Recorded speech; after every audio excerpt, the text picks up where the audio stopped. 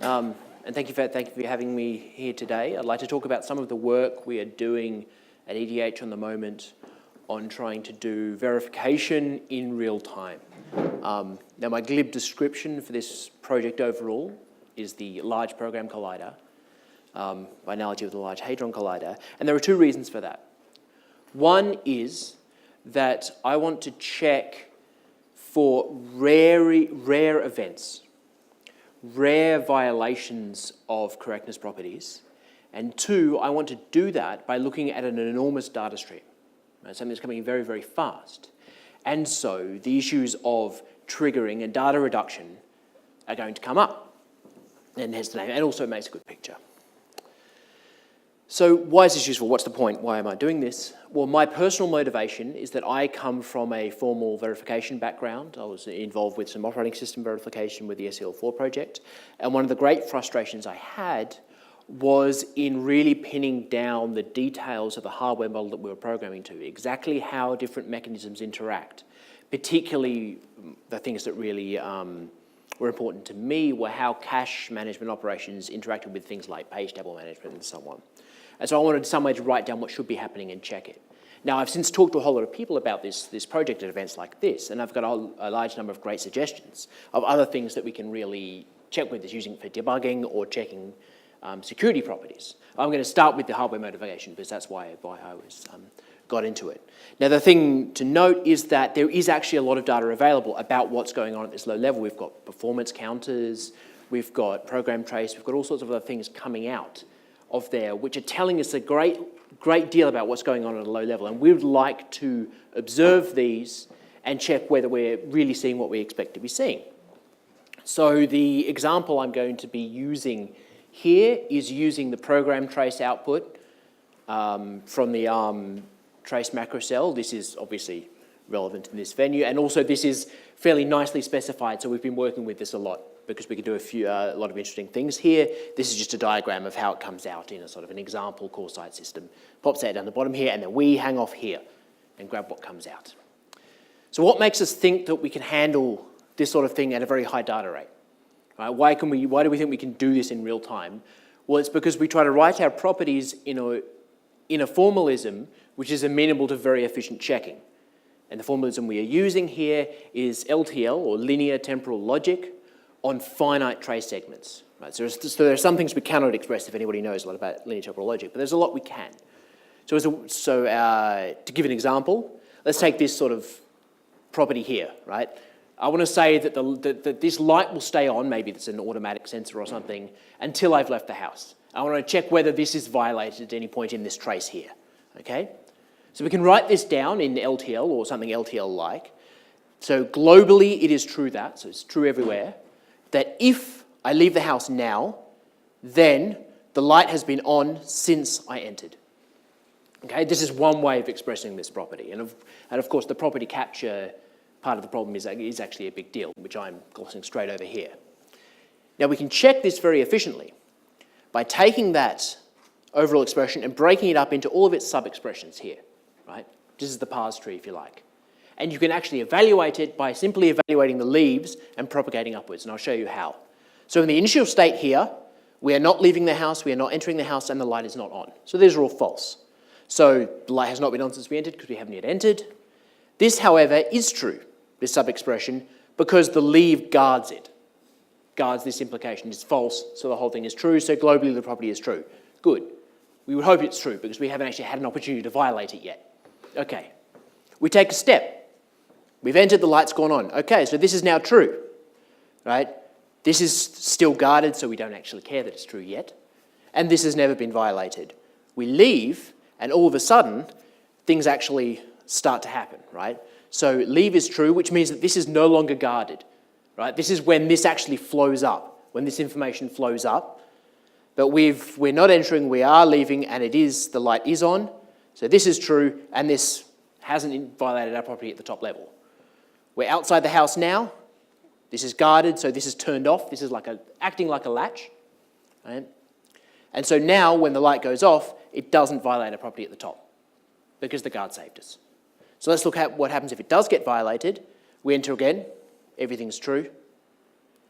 One step, Okay, we're not in the enter state anymore, but this remains true. This is also behaving something like a latch.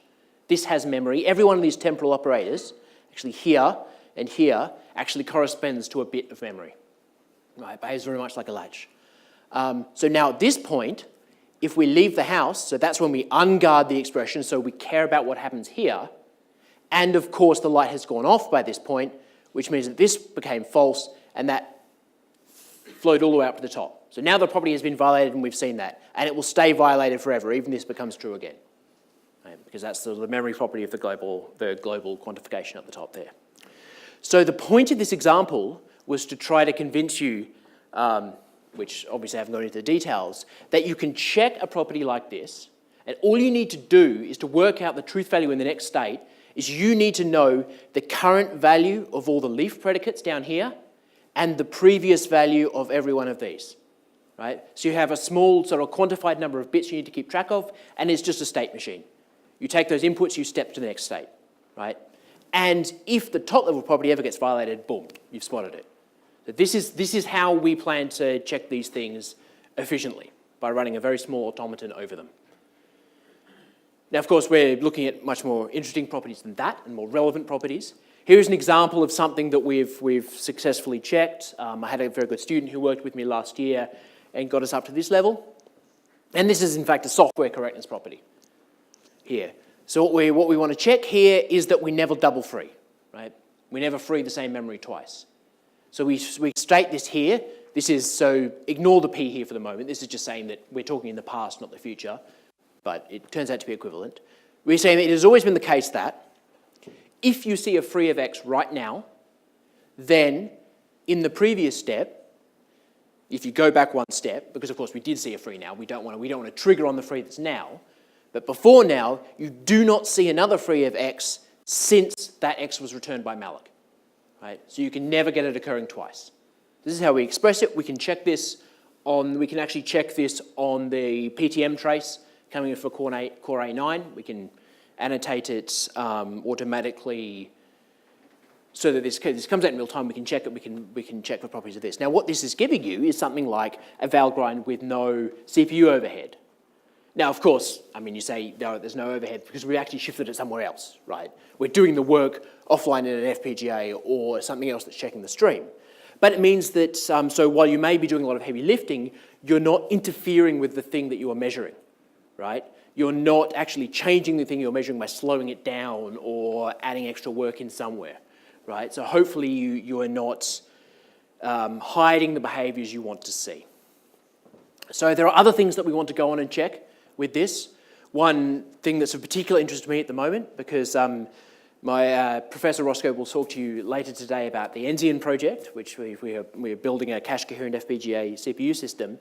And so I'm responsible for getting a cache coherency protocol up. So I'm thinking very much about how to actually check this, right? Check protocols. And this is actually something you can do very well with LTL as well, right? So if we want to say something like, you know, we have some protocol here that sends ACKs for received packages, for packets with sequence numbers, and we might want to say that, okay, there should never be more than 2 packets in flight at once, right? This is the depth of our buffers or whatnot. And you can write it like this. Right? Again, in LTL, if we see a transmission of packet with sequence number X, I shouldn't have used X twice, but then you will not see a transmission of packet with X2, X plus 2, or greater than X plus 2, until you have seen the ACK of X, right? So this will ensure that you never have too many out of order. And this is something we could, again, check in real time. We could stick this in the FPGA and check that the protocol we're implementing never violates this. So, in terms of actually implementing this stuff, actually, you know, turning the handle and building this automaton, this is actually quite a well-studied problem. We're not inventing this. Right? This is very standard stuff. You stick it in, you get out a big, ugly automaton like this, do a reduction, and you get something that looks quite sensible if you stare at it for a moment. So this is the double free automaton. And if you look at the steps, so if I do a malloc and a free and a malloc and a free, that's fine, I can keep going here forever. But if I've freed and I try and free again, whoops, there's no transition. Okay, that's a failure. Interesting to note over here is that it will let malloc return the same value over and over again, right? That's because this property is only checking 1/2 of the whole correctness statement for malloc and free. What we are checking here is that our usage of malloc and free as the application is correct, right? There is a dual correctness property on malloc itself that it will never return an address twice without a free in the middle, right? It'll never reallocate used memory. And actually a precisely dual property can be expressed on the other side. This example works really nicely. This is why I picked it for the student to work on, because it gives you this sort of nice duality. But there's something that example I just gave you there completely misses, and that is these x's, right? The actual values. Because of course there can be multiple values, and there almost certainly will be at the same time, and you need to keep track of all of them, right? Which values have been allocated and which have not. And that's actually not hard to do, right? It just takes work. What you actually need is an instance of the automaton for every value that's outstanding, right? And hasn't been sort of finished with yet, hasn't been freed in this case. Now, for each of these automaton, what do you need in terms of state? Well, you need to know which state it's in, so you need a number. Right? You need one number per automaton. So every value that comes in, you need to keep track of the state of that automaton, step the right ones on the events that come in. All this is automated. We can do this all quite simply. And then at some point, you can recognize that when an automaton has gone back into its initial state, then actually you can throw that one away. Because if you instantiated it again, it would come back in the initial state. And in this case, actually, that's the coming back to here state. Okay? So it doesn't blow up as much as you might fear it would, but this, nonetheless, is where the real challenge of this work will be, in working out how to manage this state, how to efficiently query this, how to efficiently find the right automaton for an event that's come in. And this is the thing that we can, as of yet, only do for simple examples where you've got nice compact indices, that you can easily map onto. Right? So this is sort of a future work type of thing. Okay, so we've built parts of our big pipeline. I've talked with various people about properties. I don't know if Robert Watson's in the audience, but we talked before about whether we could express some of the properties he's been working on with Tesla, security properties in the FreeBSD kernel, and it looks like we could. And this sounds like it might be fruitful. We've done a few properties we can check, and we can capture things off of the real hardware. We're using the Zinc boards because they give us nice, easy access to the trace data because it's dumped right into the FPGA fabric for us. And this is great.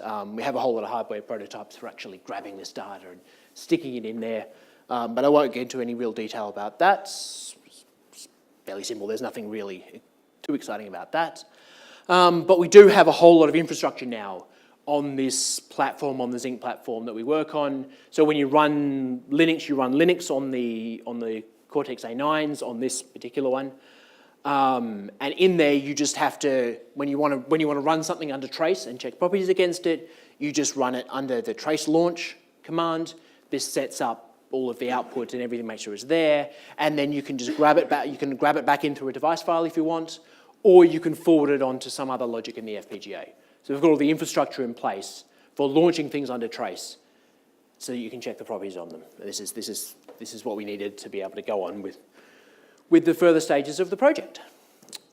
Okay, so where are we going with it? So as I mentioned, yes, you'll hear a little about Enzian in the next session. I am looking to use some of this work to help us verify that we're doing that right and to help us, because we have relatively short on manpower. If we can automate things, that's great. Increasing the amount of offloading that we do, looking for interesting new properties to analyzing live systems, and this is, if anybody actually has anything they can think of, anything where they can say, oh, hey, that looks cool, could you apply it to my problem? I would absolutely love to hear of examples where we could try to apply this to see if we can get something useful out of it. Okay, oh, and yes, a few other things, a bit more of a standard input language as opposed to what we hacked up ourselves, something like PSL, for anybody who's familiar with verification, is an LTL, is actually logically equivalent to something slightly stronger than LTL, and you can embed it into VHDL and Verilog.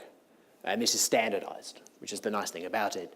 And then this is inspired by a conversation I had the other day. What would be the cost of putting this on a SOC, right? If you actually wanted to stick this in as something available all the time for, say, security monitoring, what would that cost you? What would you need to, what would you need to have? And this is something where I don't have a great insight into as yet. But again, I think this is the right place to talk to people about it. Okay, that's the talk, and I'm more than happy to field any questions or We'll take offline discussion. Brilliant.